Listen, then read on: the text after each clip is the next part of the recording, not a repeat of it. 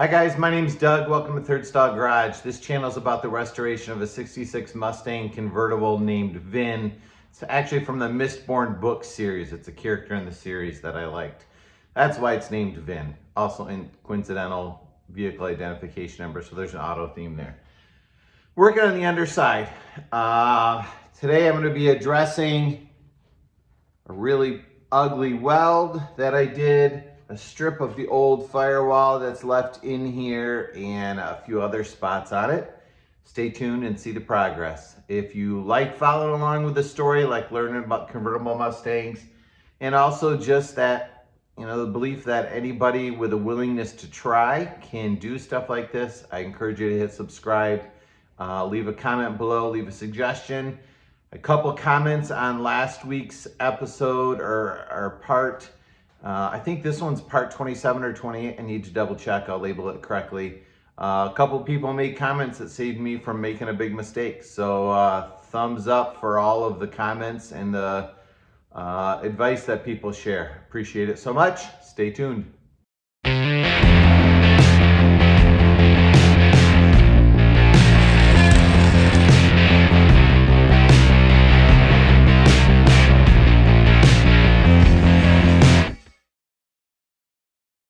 In the previous episode, or one of the previous episodes, I made the tip over jig with a friend of mine named Dale. You can see it on the front and on the back, which allowed us to tip the car up to have full access to the bottom. I do have cable attached to my garage door brackets on both sides just to steady it in case I lose my balance or push on it or something. So I'm kind of starting to work on the car from the front to the back. The previous episode, I did a repair to this frame brace where the suspension mounts to. Similar repair on the bottom. Fixed a spot down here. And then the corner here as well. So one little spot there. Today we're moving on to the firewall. So I had to put a new firewall in. Let me set the camera up so I can explain to you what I'm trying to say. So the new firewall in the factory position would have would have been installed before the floor pan. So typically it would have gone under the floor pan. So this is the floor pan here. This right here, this little 1.5 inch stretch is the remnant of the previous firewall. And then I stuck my new firewall on top of the floor pan because there's no way to get it underneath, I couldn't get it between the frame rail and the floor pan here. So I had to sit on top. And that works fine. It's different, but it's not a problem.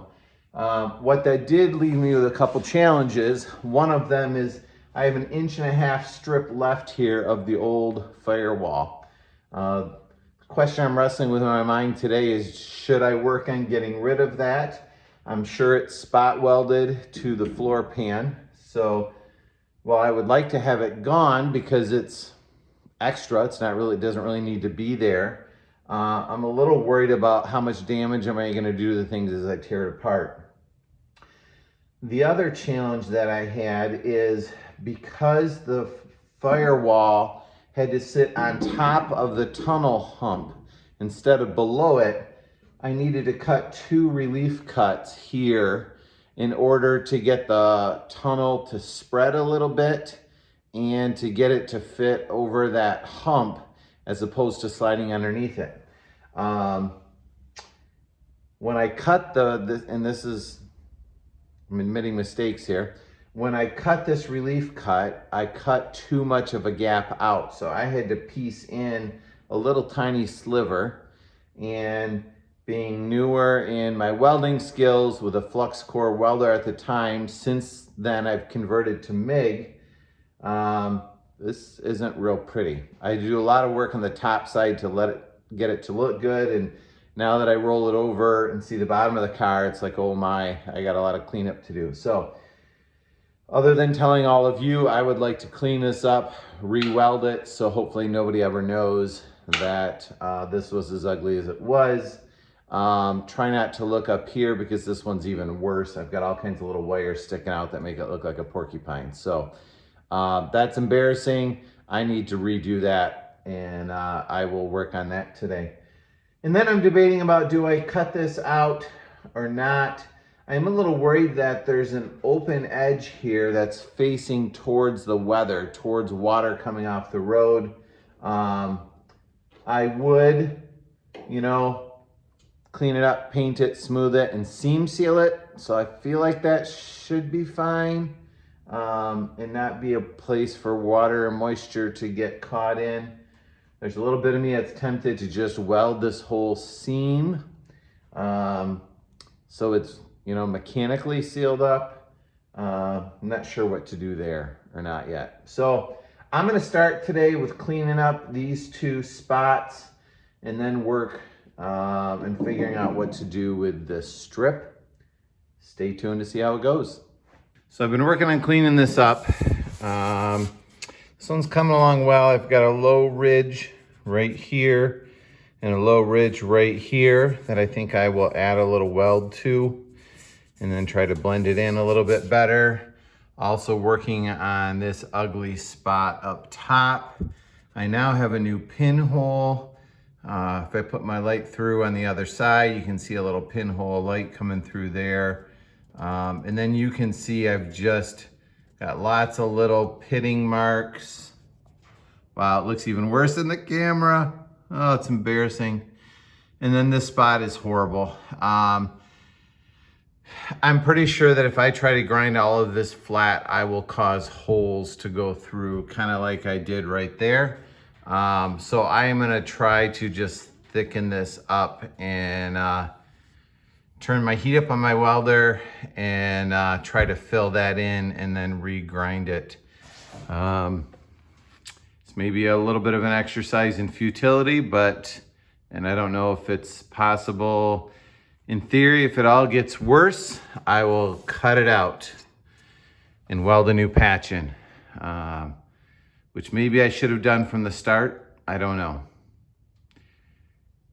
If you would have done something different, post a comment below so that other people can learn from my mistakes, from my successes, and from what you know too. Thanks. It's looking better. So I have this joint, I'll call it finished. It's smooth. If you look, sorry, I gotta focus. If you look closely, there is a little bit of pitting in there yet, or joints from welds. Same thing down here. It's hard to see in camera because it's so shiny. And then what I decided to do was to leave this extra strip in. I was afraid, I wasn't confident it would come out cleanly. And then for the sake of strength, and it didn't cost anything other than time and some electricity and gas, I decided to weld this whole edge. And so you can see some of the welds look pretty good. Then I ran into a few hard spots where it started getting a little bumpy, a little better again. Then what I'll do is I'll clean it up like this at the top, where I grind it flat on this side and then just clean up the edge just a touch. And then I'll seam seal it and paint it, and I'll call that good. So I'm gonna grind the rest of the way down here to clean that up. I'm debating now about doing the same thing on this edge where the front frame rail attaches to the firewall, and up here as well. Sorry, my light turned off. Up here as well. Feel like it just makes it a little stronger and a little bit more watertight, although the seam seal will seal that. So we'll see. Thanks for watching. I'll grind this up, maybe show you the last shot when I'm done. Hey guys, it's Tuesday night, March 8th. Not that the date matters to you, but it's been a couple days since I've been out here. Last time I worked on cleaning up some of these joints. You can see all the grit that I ground off. Same thing on the joint where the torque boxes are welded in and a few other places. Tonight I'm going to be working on removing, there seems to be some seam sealer. It's almost, I don't know, it's beige. It almost looks like a construction adhesive, but maybe it's a beige seam sealer. There's a bunch of that along in different places. You can see some there along the top. There's a really ugly amount of it right there. So I'm gonna work on trying to clean that up tonight. Then I'm gonna go through and start adding some more thorough welds in. Like these don't even really hit much. Where the floor pan attaches to the rocker, there's just some spot welds or tack welds along there. A few better welds here. So I'm gonna work on adding more weld to that. Make it stiffer, stronger, hopefully a little bit more weather tight, and I'll keep moving forward. This is not the most exciting project in the world, but dude, it's gonna be awesome when the underside of this is done. It's a couple nights later now, and I've done a bunch of work off camera. I did not film it because it's not very exciting, and I don't think you'll learn much from it.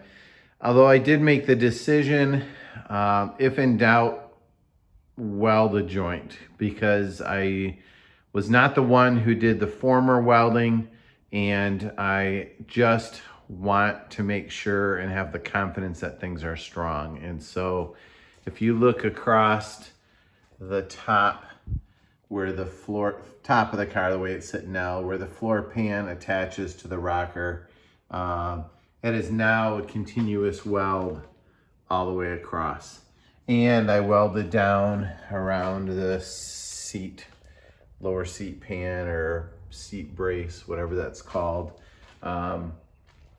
where the sheet metal attaches to the tunnel, welded all the way across that, welded all the way across the bottom, welded up there.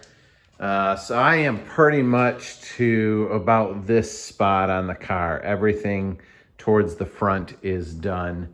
So I'm gonna wrap up this episode for now.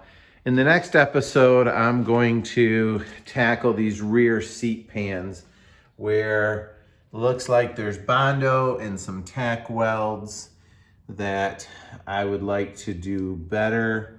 The Bondo that's in there is making cleaning it up a complete pain in the rear. So that will be next episode, and the episode after that. I'm gonna investigate into this frame repair and also begin looking at some of the rear sheet metal that needs some attention. Thanks for being part of this. If you have questions, suggestions, ideas, please don't hesitate to leave a comment or shoot me an email, thirdstallgarage@gmail.com. Thanks for being part of it. Hopefully this helps you gain some confidence so you can tackle your project. Have a great day.